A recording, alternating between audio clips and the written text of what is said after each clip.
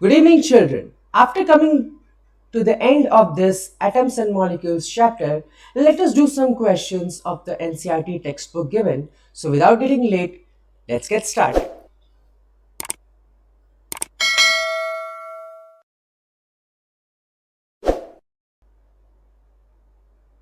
Okay, so let us discuss the first question of the NCERT textbook. Question number 1. A 2.4 gram sample of a compound of oxygen and boron was found by analysis to contain 0.096 gram of boron and 0.144 gram of oxygen. Calculate the percentage composition of the compound by weight. Now, when I talk about the composition part, the percentage of the percentage of boron will be how much? Mass of boron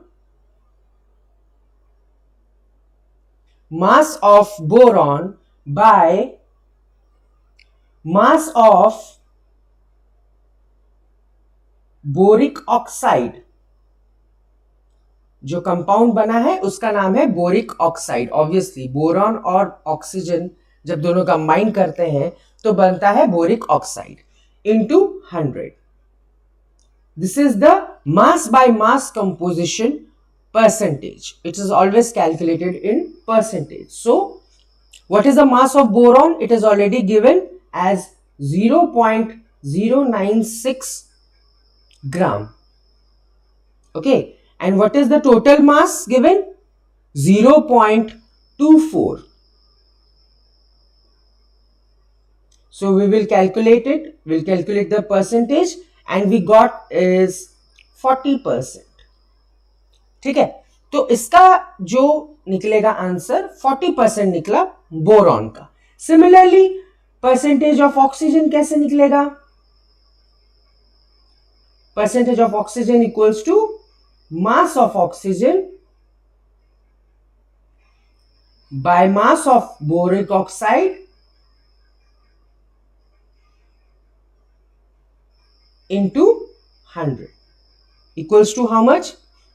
0.144 by 0.24 into 100. कितना निकला answer?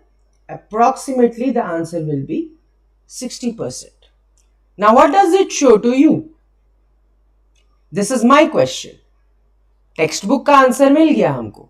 This is my question. What does it show to you?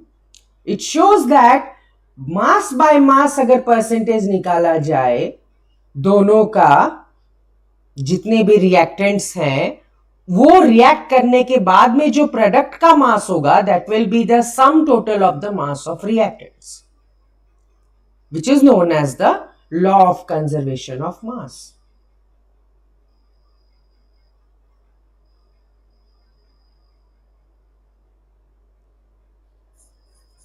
शायद याद रहेगा आप लोगों को next time ये. Moving on. Question number 2. When 3 gram of carbon is burnt in 8 gram of oxygen, 11 gram of carbon dioxide is produced. What mass of carbon dioxide will be formed when 3 gram of carbon is burnt in 50 gram of oxygen? Which law of chemical combination will govern your answer? Question में दिया गया है क्या?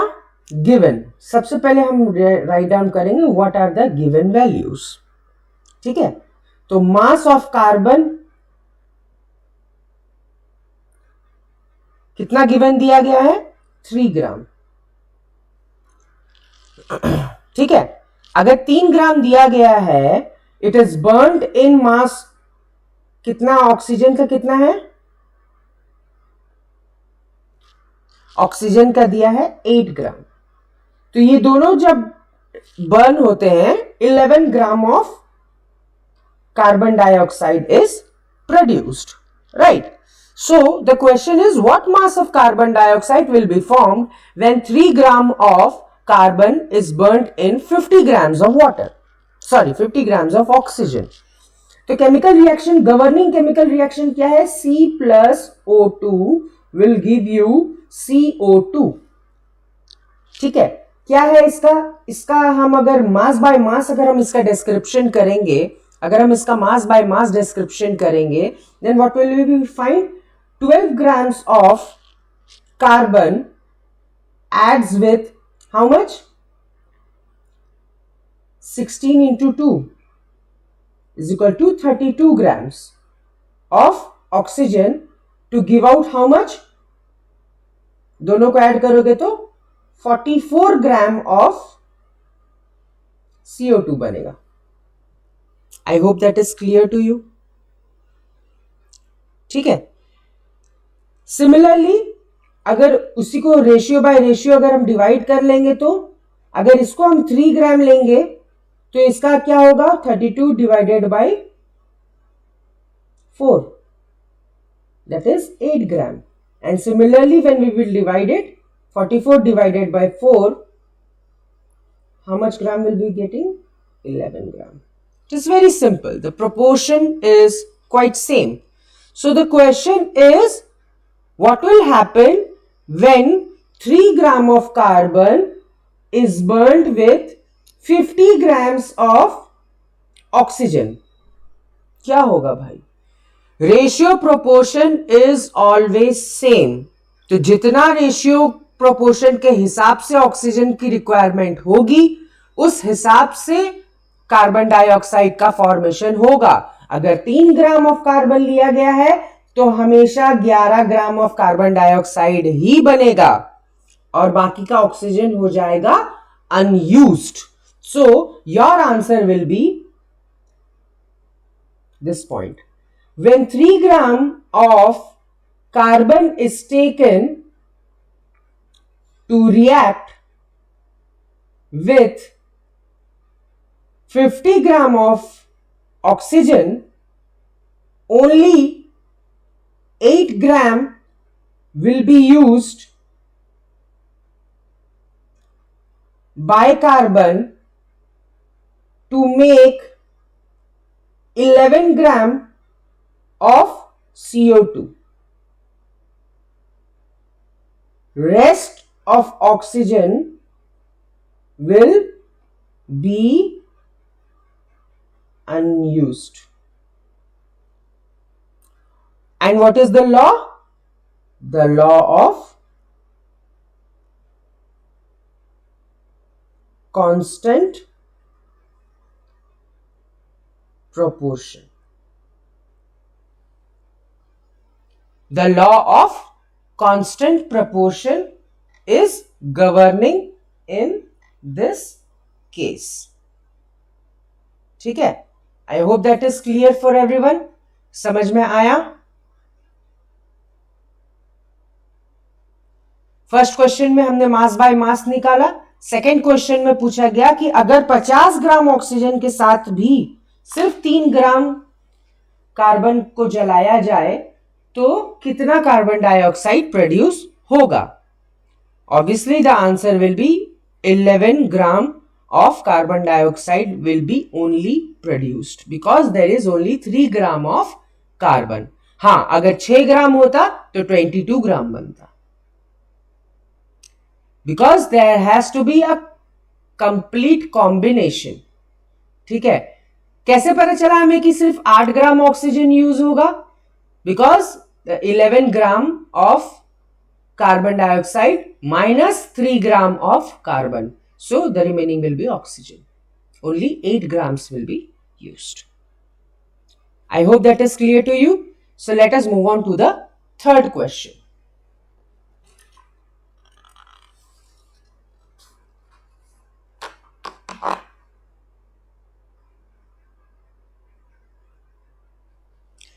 Question number 3. What are polyatomic ions? Give examples. काफी easy है, इसका answer भी हम लिखवा देते हैं। पॉलीएटॉमिक आयंस क्या होता है? Question number 3. Polyatomic ions are those ions which are made up of more than one types of atoms, या more than टू भी लिख सकते हो आप, sorry, more than two types of atoms. Example, HCO3 minus, जिसे हम कहते हैं बाइकार्बोनेट आयन, NH4 प्लस, जिसे हम कहते हैं एमोनियम आयन, ठीक है, NH4 प्लस, जिसे हम कहते हैं ammonium ion. Now going to question number 4. Write the chemical formula of the following. काफी इजी है.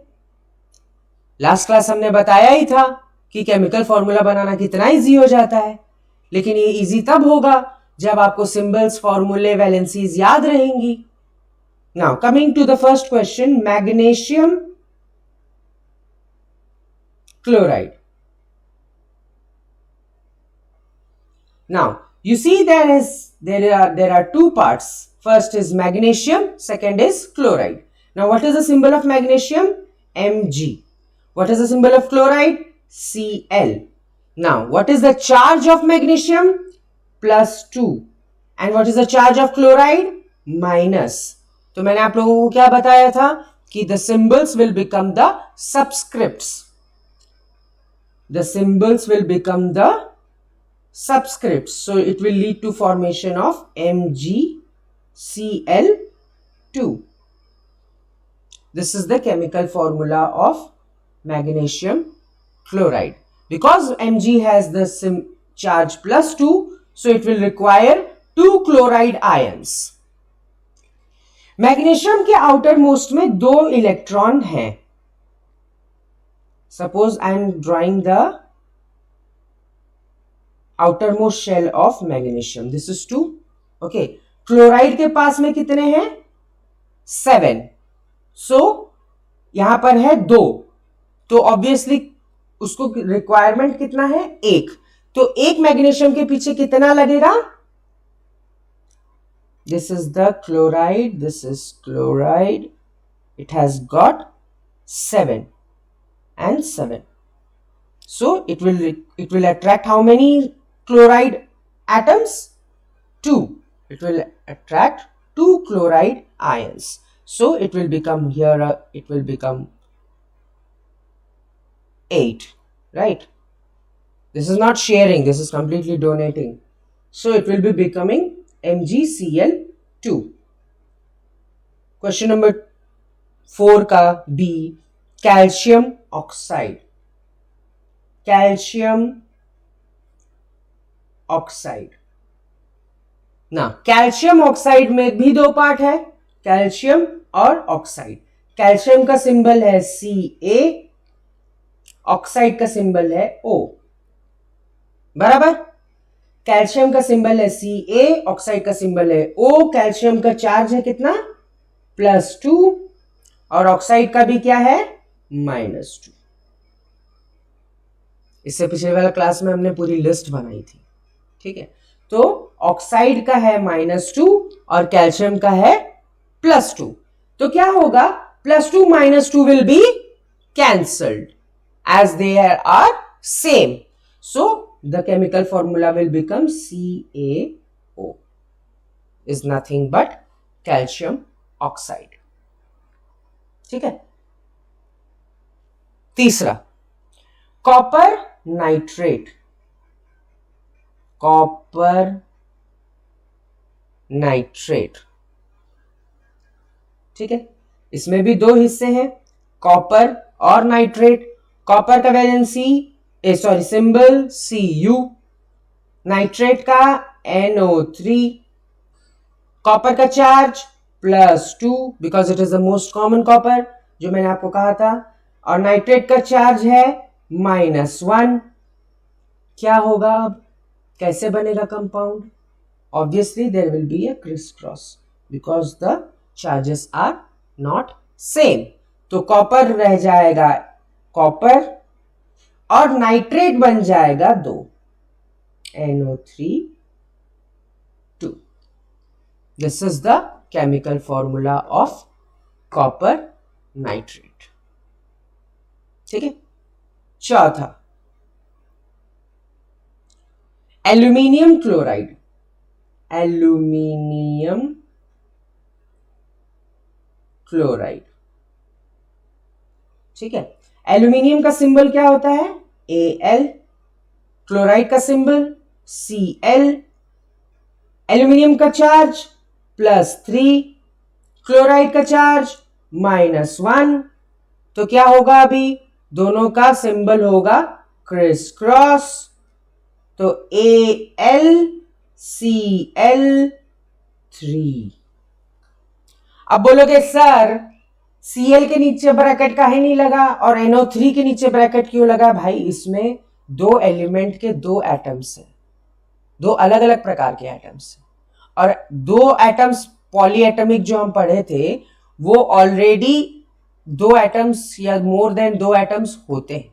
तो इसलिए ये जो आयन है it is also an example of polyatomic ion. So it will be represented in a bracket plus extra number if it is required.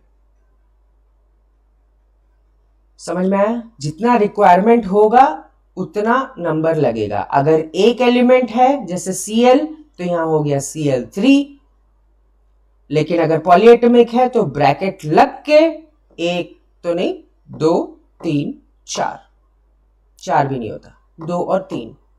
ठीक है. So let us change the page to do the next. Last है, कर सकते हैं हम. यहां पर थोड़ा सा स्पेस है. ई में आता है कैल्शियम कार्बोनेट. ठीक है. Calcium carbonate. कैल्शियम का सिंबल है Ca, कार्बोनेट का है CO3, कैल्शियम का है +2, कार्बोनेट का है -2. क्या होगा? +2 -2 कैंसल. तो इसका केमिकल फॉर्मूला होगा CaCO3. CaCO3. Very simple. ठीक है. अभी तक आपको समझ में आ गया होगा केमिकल फॉर्मूला कैसे बनाते हैं. If you know the symbols and valency it is just like that. ठीक है. अगर हमें परफॉर्म करना है किसी भी सब्जेक्ट में तो हमें उसका डिटेल्स जानना जरूरी है, हमें उसके डेप्थ में जानना जरूरी है, हमें उस सब्जेक्ट को सीरियसली थोड़ा सा लेना जरूरी है. सीरियसली लेने का मतलब डरना नहीं है. सीरियसली लेने का मतलब है कि हमें उसका A to Z जानना है. So in order to know how to make a chemical formula you need to remember A to Z things, जिसमें सबसे पहले आता है सिंबल, उसके बाद आता है वैलेंसी और तीसरा है ये सारा step. I hope that is clear to you. So moving on to the next section.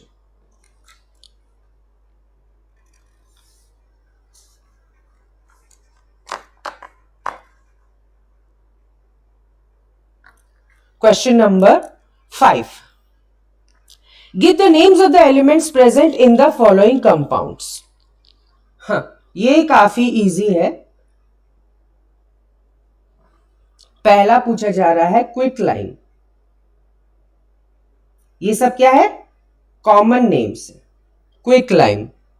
तो क्विक लाइन का मतलब क्या होता है? Calcium oxide. और कैल्शियम ऑक्साइड में क्या क्या एलिमेंट्स हैं? Calcium and oxygen. याद रहेगा सबको? Calcium and oxygen.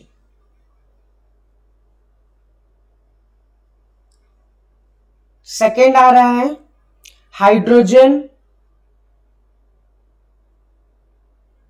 ब्रोमाइड.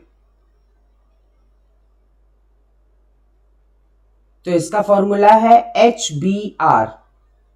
तो इसमें क्या क्या एलिमेंट्स हैं? Hydrogen bromine. ठीक है, hydrogen and bromine. Third, baking powder. Again it is a common name. Baking powder को हम साइंटिफिकली क्या बोलते हैं? Sodium bicarbonate. ठीक है, क्या बोलते हैं इसको? Sodium bicarbonate. तो इसमें क्या क्या एलिमेंट्स हैं? सोडियम, हाइड्रोजन, कार्बन और ऑक्सीजन. ऑब्वियसली इतने ही रहेंगे ना. NaHCO3, इसमें आपको पता चल जा रहा है कौन कौन सा एलिमेंट है. Na है, H है, C है, O है. Sodium, hydrogen, carbon, oxygen. ठीक है.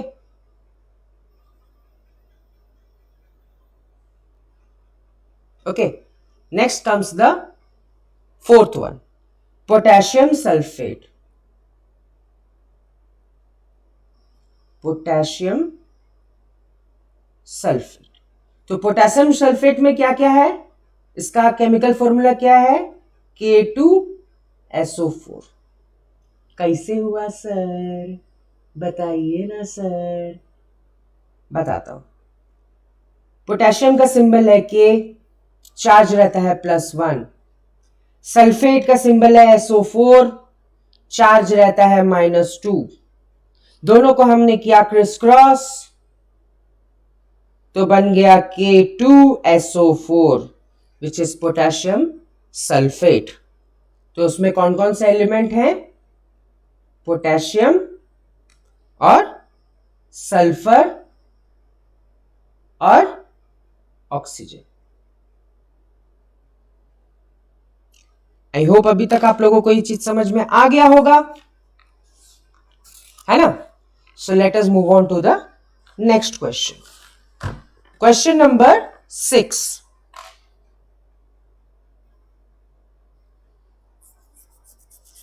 Calculate the molar mass of the following substances.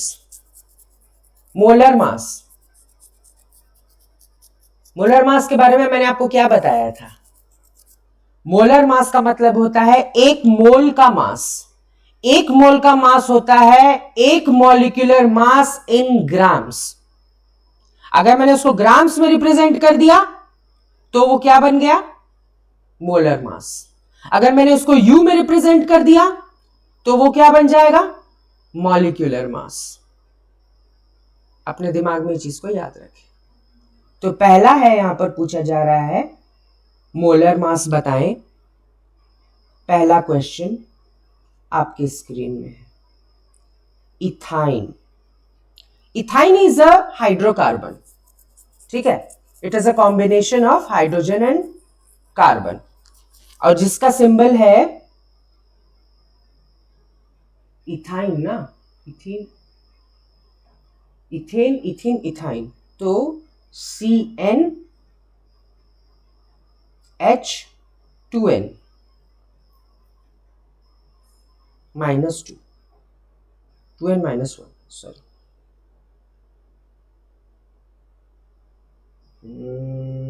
Ethyne, ethyne, CnH2n -2. ठीक है. तो इथीन आता है सेकेंड कार्बन चेन में, which you will study in your higher classes. तो उस हिसाब से हुआ C2n का वैल्यू अगर हम 2 डालेंगे तो H2 × 2 - 2, तो 4 - 2 2. तो इसका फॉर्मूला है C2H2. ठीक है, this is the formula of ethyne. Now when I come to know the formula of ethyne, let me calculate the formula mass. Formula mass क्या होगा? 12 × 2 + 1 × 2, है ना. तो 12 × 2 24 + 2 which is 26U is the formula mass of ethine, and when I represent it as grams, 26 grams, that will represent the molar mass of ethyne. I hope that is clear to you. Agar when I represent it in grams, it becomes the molar mass. ठीक है, समझ में आया सबको?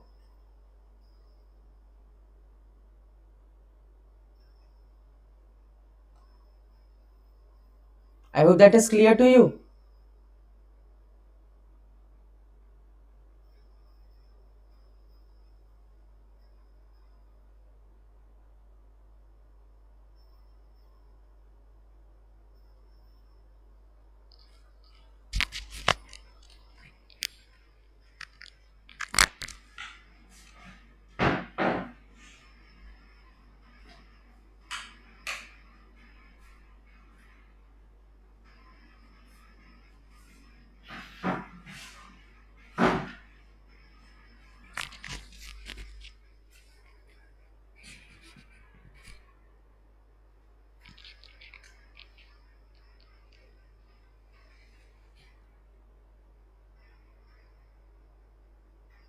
Next question हम जाते हैं point number B पे.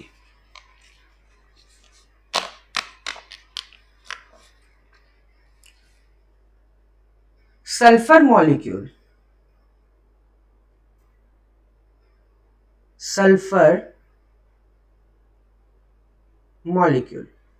ठीक है. तो सल्फर मॉलिक्यूल का फॉर्मूला है S8. ठीक है, तो S8 को हमको क्या निकालना है? मोलर मास निकालना है, राइट. तो मोलर मास ऑफ S8 क्या होगा? Simple, 8 into 32, 8 2 16, 1 8 3 24 plus 1 25. 256 grams is the molar mass of sulfur. I hope that is clear to you. 256 grams is the molar mass of sulfur. Next comes to the third one, C. C है phosphorus molecule.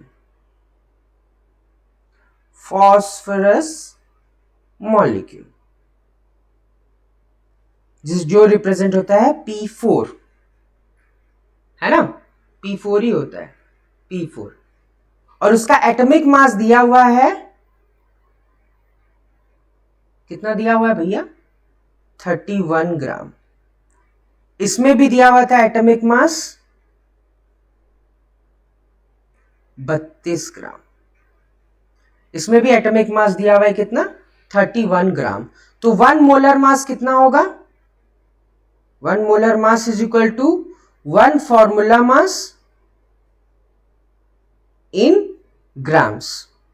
So 31 into 4 is equal to 124 grams is the molar mass of phosphorus. ठीक है, that is the molar mass of phosphorus. D में जाते हैं. Hydrochloric acid,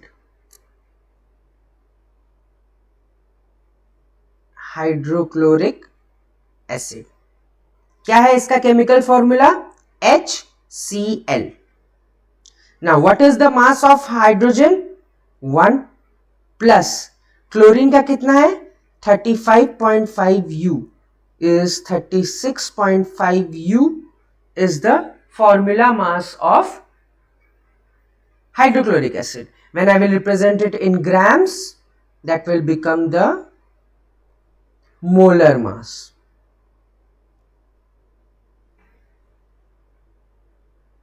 समझ में आया आप लोगों को?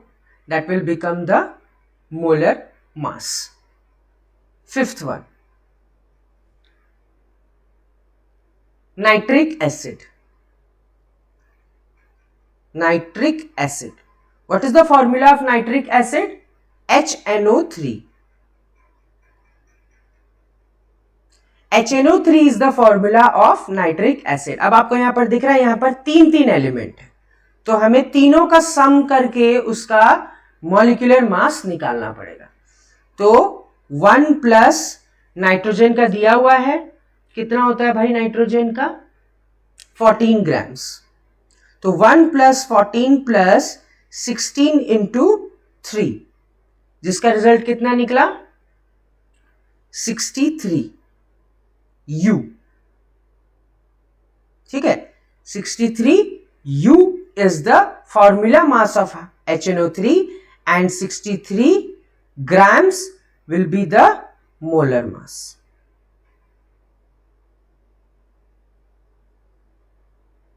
I hope आप लोगों को समझ में आ गया होगा कुछ कुछ हद तक।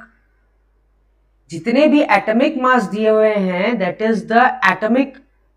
is the mass of one atom of any element. And when I talk about molecular mass or formula mass, that represents the total sum of the atomic masses in a molecule. वो molecule एक भी हो सकता है, atom 2 भी हो सकता है, 3 भी हो सकता है, 4 भी हो सकता है, 6 भी हो सकता है। उसका एटॉमिसिटी ज्यादा भी हो सकता है। HNO3 में कितना है? 3, 4, 5 एटम्स। हाइड्रोक्लोरिक एसिड में कितना? 2। फॉस्फोरस मॉलिक्यूल में कितना एटम्स हैं? 4। सल्फर में कितना? 8। So the molecular mass represented in grams will be the molar mass. ठीक है, next move on to the question number 7।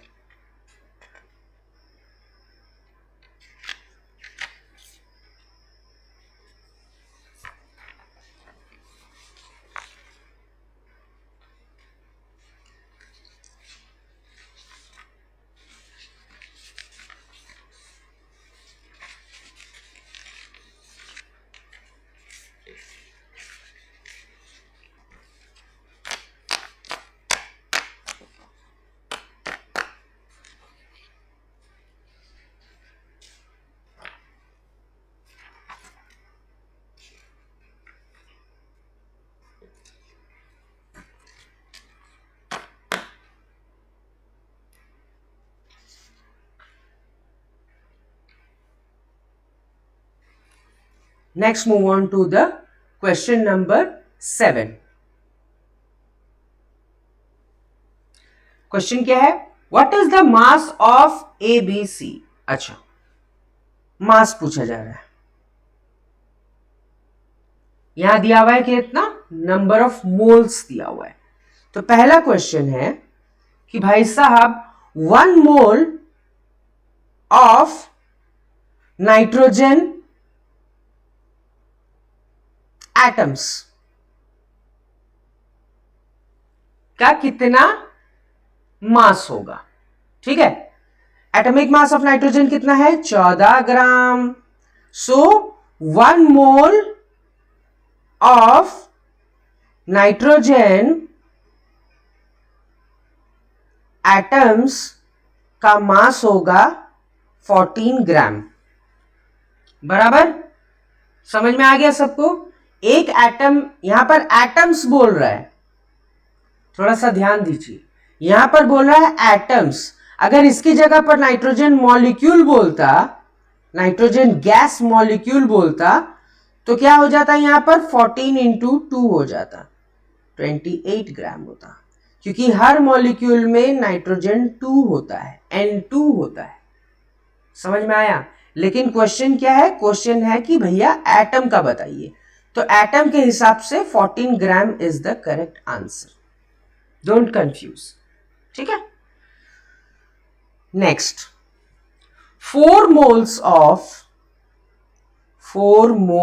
of aluminium atoms again, और उसका एटॉमिक मास दिया हुआ है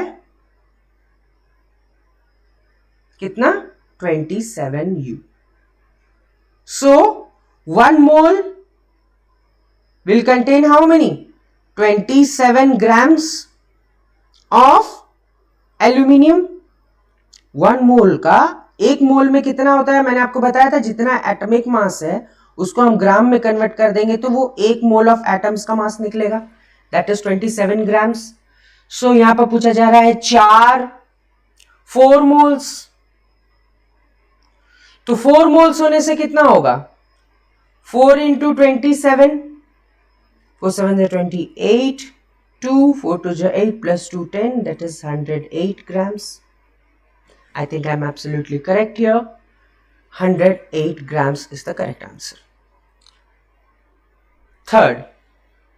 थर्ड में पूछ रहा है भैया 10 moles of sodium sulfite, 10 moles of sodium sulfite having chemical formula Na2SO3,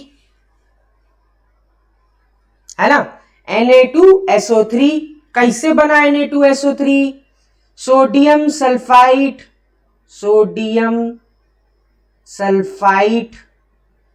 sodium का सिंबल Na, सल्फाइड का सिंबल SO3 2 माइनस, है ना, सल्फेट का होता है SO4, तो सोडियम का है सल्फाइड का है SO3 2 माइनस, दोनों क्रिस क्रॉस होगा तो 2 आ जाएगा Na के नीचे, 1 आ जाएगा SO3 के नीचे, मतलब कुछ आने की जरूरत नहीं है, इसलिए बन गया ये Na2SO3, Na2SO3, ठीक है, सोडियम सल्फाइड। अब हमें क्या करना पड़ेगा, पहले formula mass, what is the mass of the chemical formula, sodium का रहता है 23 ग्राम्स इंटू 2 प्लस सल्फर का रहता है 32 ग्राम, 32 रहता है ना सल्फर का, हाँ 32 ग्राम्स प्लस ऑक्सीजन का होता है 16 इंटू 3, टोटल कितना निकला, दैट इज द फॉर्मूला मास, ये हो जाएगा 46 प्लस 32 प्लस 48, टोटल निकलेगा फॉर्मूला मास कितना,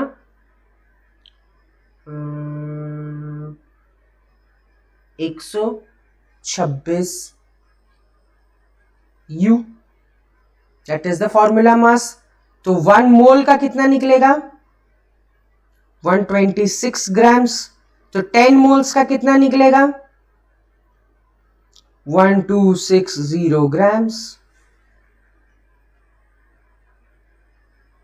that is the 10 moles of sodium sulfite. I hope that is clear, किसी को कोई डाउट नहीं है, एक बार और समझा देता हूं। 10 moles of sodium sulfite पूछा है, सबसे पहले हमने निकाला फॉर्मूला मास, तो 23 इंटू 2 प्लस सल्फर का 32 प्लस ऑक्सीजन का 16 into 3 which you got 46 plus 32 plus 48, total is 126 U which is the formula मास। 1 मोल का बना कितना, 126, 1 मोल का बना कितना 126 ग्राम, तो 10 मोल का होगा 1260 ग्राम। समझ में आ गया होगा सबको। I'm changing the paper. Moving on to the next question.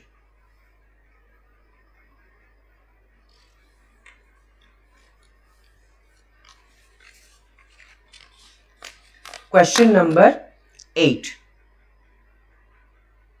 ऐसे ही हमें करना है क्वेश्चंस, हम डिस्कस करेंगे हर बार क्वेश्चन आंसर्स, उसमें भी कुछ नई नई चीजें हमें सीखने के लिए मिलेंगी obviously. Question number 8, convert into मोल, ठीक है। पहला क्वेश्चन, कन्वर्ट इनटू मोल, मतलब दिया गया है मास में, हमें निकालना है number of moles. 12 gram of oxygen gas, 12 gram of oxygen gas. अच्छा, ये दिया हुआ है क्या भैया, ऑक्सीजन गैस। ऑक्सीजन गैस हम कैसे लिखते हैं, O2, तो O2 का मेरे को मास बताइए कितना होगा, 16 into 2 is equal to 32 gram. ठीक है, 32 ग्राम क्या है, 1 mole is equal to 32 gram of O2। तो कितना मोल होगा जब ये 32 की जगह पर 12 ग्राम होगा, तो 1 ग्राम of O2 will be how much, how many moles, 1 by 32 moles.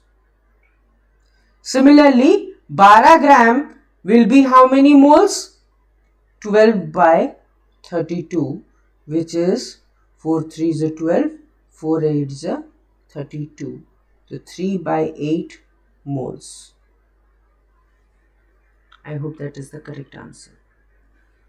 या फिर उसको हम डेसिमल में भी लिख सकते हैं 0.375 moles. I hope that is clear. हाँ, एक मोल में 32 ग्राम होते हैं, तो 1 ग्राम ऑफ ऑक्सीजन में कितना मोल हुआ, 1 बाय 32 हुआ, सेम यूनिटरी मेथड। ठीक है, तो 12 ग्राम में कितना होगा, 1 by 32 into 12, that is 12 by 32, 3 by 8 is equal to 0.375 moles. Next, B, 20 gram of water, 20 gram of water। Water का केमिकल फॉर्मूला क्या है भाई साहब, H2O। H2O का फटाक से मोलर मास निकालेंगे, 1 into 2 plus 16 is equal to 18 grams। So 1 mole contains 18 gram of H2O। So 1 gram of H2O will contain 1 by 18 moles. Similarly, 20 gram of H2O will contain 1 by 18 into 20. So 2 9s are 18, 2 10s are 20, that is 10 by 9 moles. कितना हुआ फिर भी, 1.11 moles. समझ में आ गया किस तरीके से हमें निकालना है। Number of moles is equal to given mass by molar mass. जितना दिया हुआ है given mass 12 gram given mass by molar mass 32। यहां पर भी देखिए given mass 20 gram of water, molar mass है 18, तो उस हिसाब से लिखला नंबर ऑफ मोल्स। ये फॉर्मूला काफी इंपॉर्टेंट है। कुछ भी निकाल सकते हो, गिवन मास अगर नहीं दिया हुआ तो गिवन मास निकाल सकते हो, मोलर मास अच्छा तीनों में से कोई एक चीज नहीं दिया होगा हर बार, कभी कभार मोलर मास दिया होता है, गिवन मास दिया होता है, हमें नंबर ऑफ मोल्स निकालना है, कभी नंबर ऑफ मोल्स दिया रहता है, हमें मोलर मास निकालना है, गिवन मास दिया रहता है। तो ये सब इंटर रिलेटेड है। Number of moles is equal to given mass by molar mass is equal to given mass by number of moles, या फिर given mass is equal to number of moles into molar mass, जो हो जाएगा given mass मतलब total mass. ठीक है, जो problem में दिया रहता है या हमें निकालना रहता है। ठीक है, तो ये जो इंटरचेंजेबल फॉर्मूला है, इंटरचेंजेबल वैल्यू हम उसमें पुट कर सकते हैं, उस हिसाब से हम फॉर्मूला के बेस पे आंसर निकाल सकते हैं। Next question,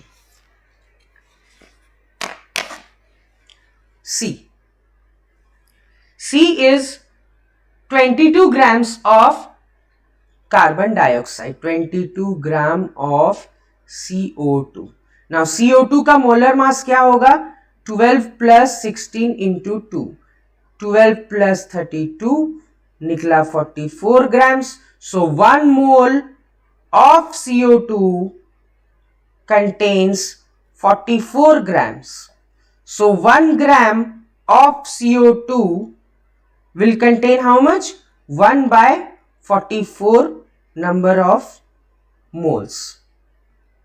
Similarly 22 gram of CO2 will contain how much, 22 by 44 is equal to 0.5 moles of CO2।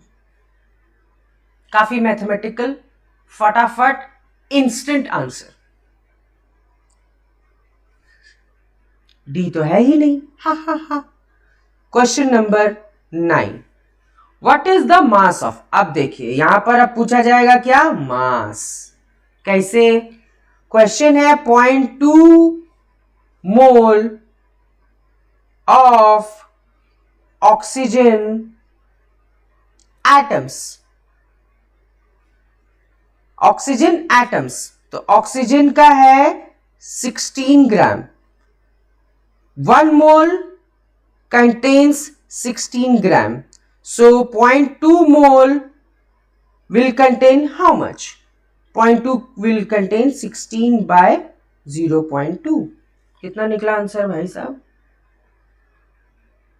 not 16 by 0.2, 16 into 0.2, sorry, 16 into 0.2 which is 3.2 grams. Similarly 0.5 mole of water molecules, ये B है ये A है, ठीक है, 0.5 moles of water, तो 1 mole of water में होता है कितना, 18 ग्राम, तो 0.5 मोल में कितना होगा, सिमिलरली 18 by 2 which is 9 ग्राम। समझ में आ गया। अगर 1 मोल में दिया हुआ है कुछ मास, तो आधा mole, 0.25 mole, 1.5 mole, you can easily calculate that this will be the mass. अगर 18 ग्राम है 1 मोल का, तो आधा मोल का होगा 9 ग्राम, 2 मोल का होगा 36 ग्राम, 10 मोल का होगा 180 gram. So that is should be completely understood to you. Moving on to the next question.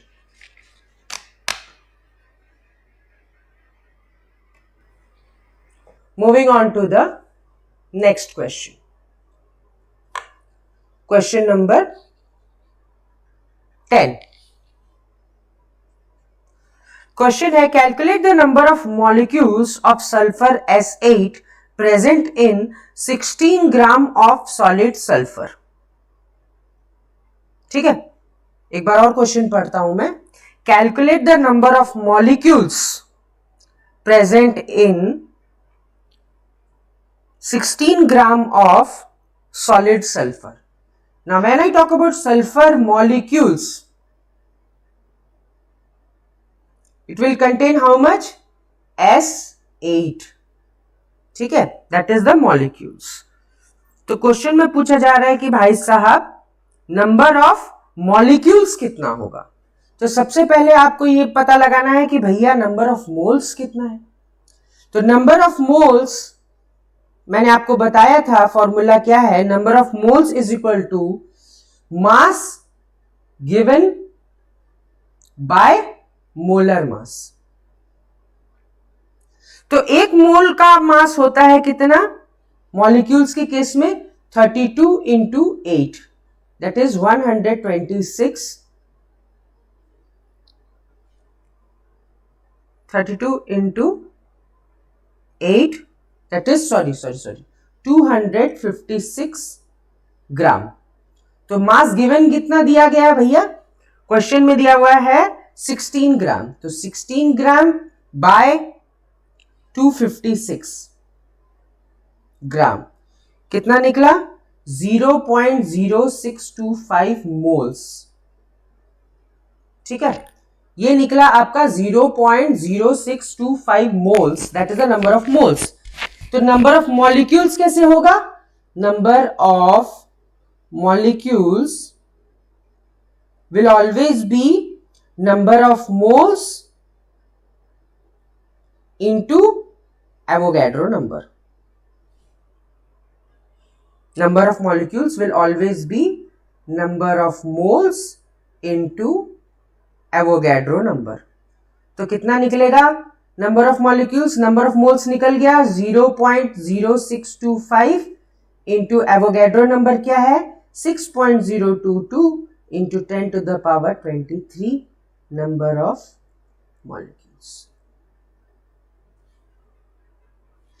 जिसका अप्रोक्सीमेट आंसर निकल रहा है 3.76 into 10 to the power 23. That is the number of molecules of sulfur. ठीक है. Question number 11. Calculate the number of aluminium ions present in 0.051 gram of aluminium oxide Al2O3. अब पूछ मत लेना कि सर आपको ये याद कैसे है. भाई साहब, एल्यूमिनियम का है चार्ज +3, ऑक्सीजन का है -2, तो बन जाएगा वो Al2O3. ठीक है. तो हम उसका पहले फॉर्मूला मास कैलकुलेट करते हैं. एल्यूमिनियम का है आई गेस 27. हाँ, एल्यूमिनियम का है 27U, ऑक्सीजन का है 16U. तो फॉर्मूला मास अगर हम कैलकुलेट करेंगे तो 27 into 2 plus 16 into 3 which will give you 102U. That is the molecular mass. Now when it comes to molar mass, how much it will become? 102 grams. That is 1 mole. 1 mole of 1 mole of aluminium oxide contains 102 gram per mole. ठीक है. Now, तो 102 ग्राम. अच्छा, formula क्या है? Al2O3. तो number of aluminium ions कितने हैं? 2. कितने हैं भाई साहब? 2 आयन है ना एल्यूमिनियम का.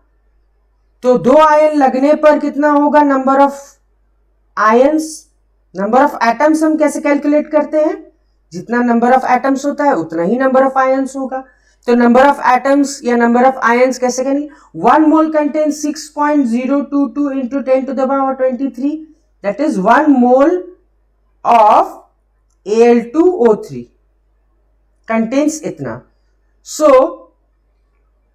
कोई गिवन मास दिया हुआ है कितना? 0.051 ग्राम.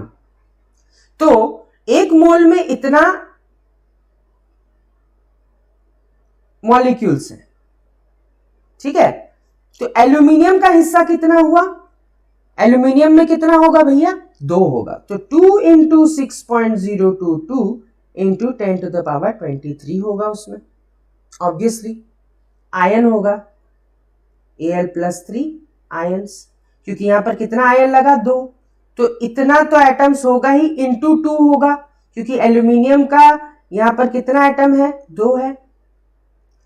अब पूछा जा रहा है कितना, ये सब कितने में होगा? 1 मोल में होगा. ठीक है. 1 मोल में कितना होता है? 102 ग्राम. पेज चेंज करके यहां पर लिखता हूं मैं. सॉरी, पेज चेंज करता हूं मैं. यहां ध्यान दीजिए. तो 102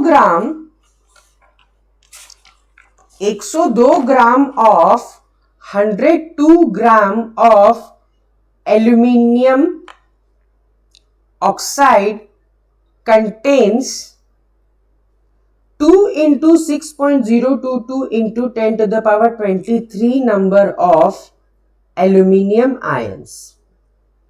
ठीक है. तो गिवन मास कितना दिया हुआ है? 0.051 ग्राम will contain how many? 0.051 gram will contain how many? तो 2 into 6.022 into 10 to the power 23 by molar mass. Molar mass कितना है? 102 into 0.051 है ना. तो कितना निकलेगा इसका आंसर? इसका आंसर निकलेगा, ये जो है ये हो जाएगा डिवाइड. कैसे डिवाइड होगा? 2 into 6.022 into 10 to the power 23 into 0. अच्छा, तो ये हम 51 by 1000 रख सकते हैं. 3 डिजिट गया है डेसिमल इधर, तो 51 by 1000. यहां पर है already 102. This is 1, this is 2, ठीक है, 2 2 अगेन कैंसल्ड, तो बचा कितना, अच्छा ये माइनस होगा, अच्छा ये डिवाइड है तो यहाँ पर क्या हो जाएगा, माइनस होगा, 6.022 into 10 to the power 20 aluminium 3+ ions. I hope that is clear to you. 0.051 gram में कैसे, फिर से मैं समझाता हूं, this is 102 gram of Al2O3 equals to 1 mole. 1 mole में कितना एटम्स, कितना आयंस होगा, 2 होगा, क्योंकि एल्यूमिनियम का कितना है, 2 है। तो गिवन मास दिया हुआ है, तो फॉर्मूला क्या था नंबर ऑफ मोल्स का, नंबर ऑफ मोल्स का फॉर्मूला था given mass by molar mass. तो यहां पर दिया हुआ नंबर ऑफ मोल्स कितना है, इसमें कितना निकलेगा, इनटू कर दो 0.51। एक मोल में जब इतना है तो इतना ग्राम में कितना होगा, इनटू कर दो, इनटू जहां कर दिया 6.022 into 10 to the power 20 aluminium ions निकल गया। So we have come to the end of the question answer session of NCERT textbook. I will be sharing some extra questions in my upcoming video of this chapter, and that will be containing 3 parts: the summary, the questions, and some extra things with the chapter. So please stay in touch and subscribe the channel. And those who don't know me, again I would like to introduce myself. My name is Abhinandan sir and I am from Wiser Academy Chemistry Department. I will be teaching all the chapters of chemistry of class 9 and 10 with these videos, and this will be uploaded stepwise. And now we are at the question answer session of atoms and molecules chapter. The chapter is over, and I will be seeing you in my next video with a new chapter of chemistry of class 9. Till then, this is Abhinandan sir saying goodbye, good night, and take care.